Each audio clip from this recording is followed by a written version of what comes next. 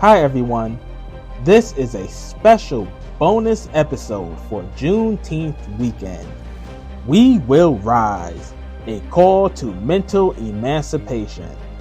I'm Omar Kenyatta Clark, and this is Voices of Hope.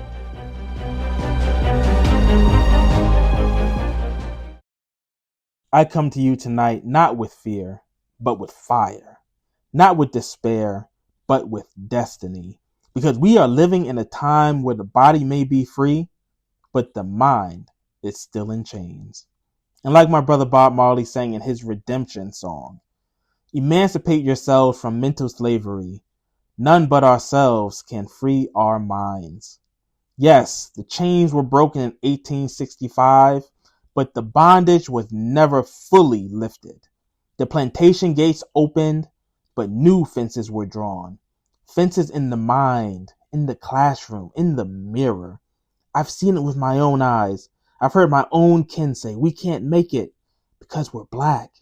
That the system is against us. And yes, it is true, the system was never designed for us to thrive. But I stopped by to tell you tonight, we are not the product of the system. We are the survivors of it. And if we have survived this long through whips and water hoses, through red lines and school lines, then we are more than capable of rising beyond it. Because we are still here.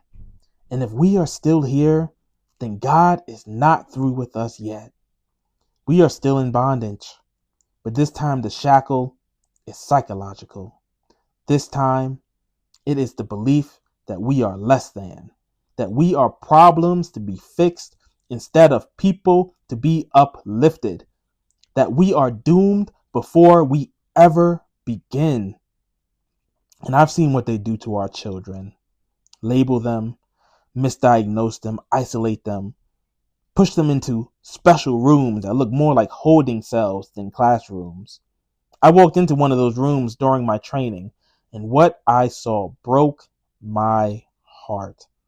Not because the children weren't capable, but because the system had already decided they weren't. They weren't being taught. They were being written off. This is not just educational neglect. That is spiritual warfare. Because the greatest weapon against the people is not the gun. It is the lie. The lie that says, you're not good enough. The lie that whispers, you don't belong here. The lie that convinces you to give up before you even try. But I've been to the mountaintop, and from up there, I saw something different. I saw a people rising, not with fists, but with faith. Not with fear, but with fire in their bones and purpose in their step. I saw our children walking with heads held high, not because the system had changed, but because they had changed. Because someone reminded them of who they are. And that's what I came to do today. To remind you, you are descendants of kings and queens. You are born of survivors and warriors. You are the dream of the ancestors, the proof that hope endures. So no matter how hard it gets, no matter how dark the night may seem, we do not give in. We do not bow. We do not break. Because we are not waiting on permission to be free. We've already been called to it.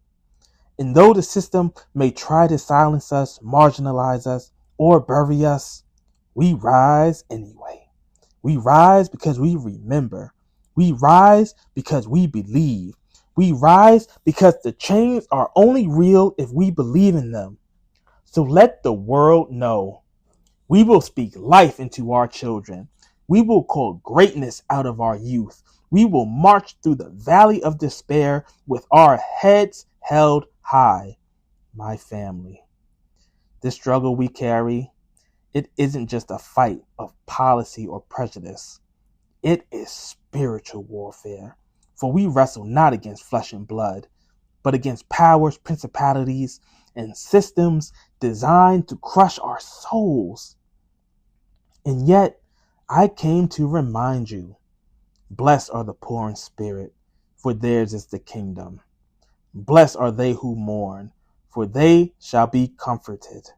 Blessed are the persecuted for righteousness' sake, for our liberation is holy.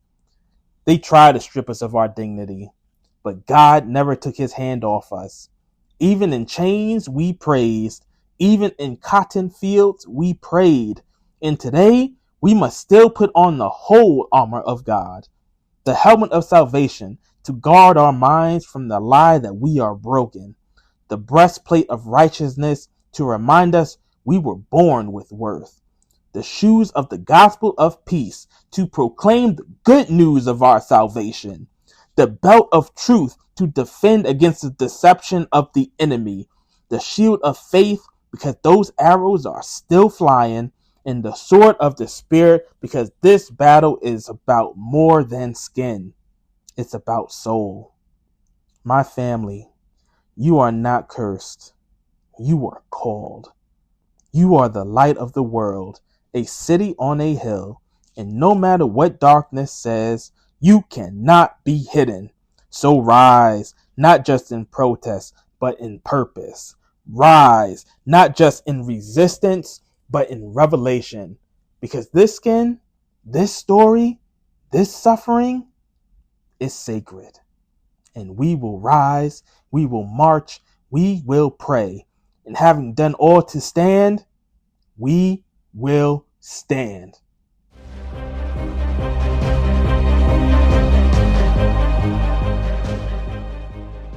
Thank you for joining me today.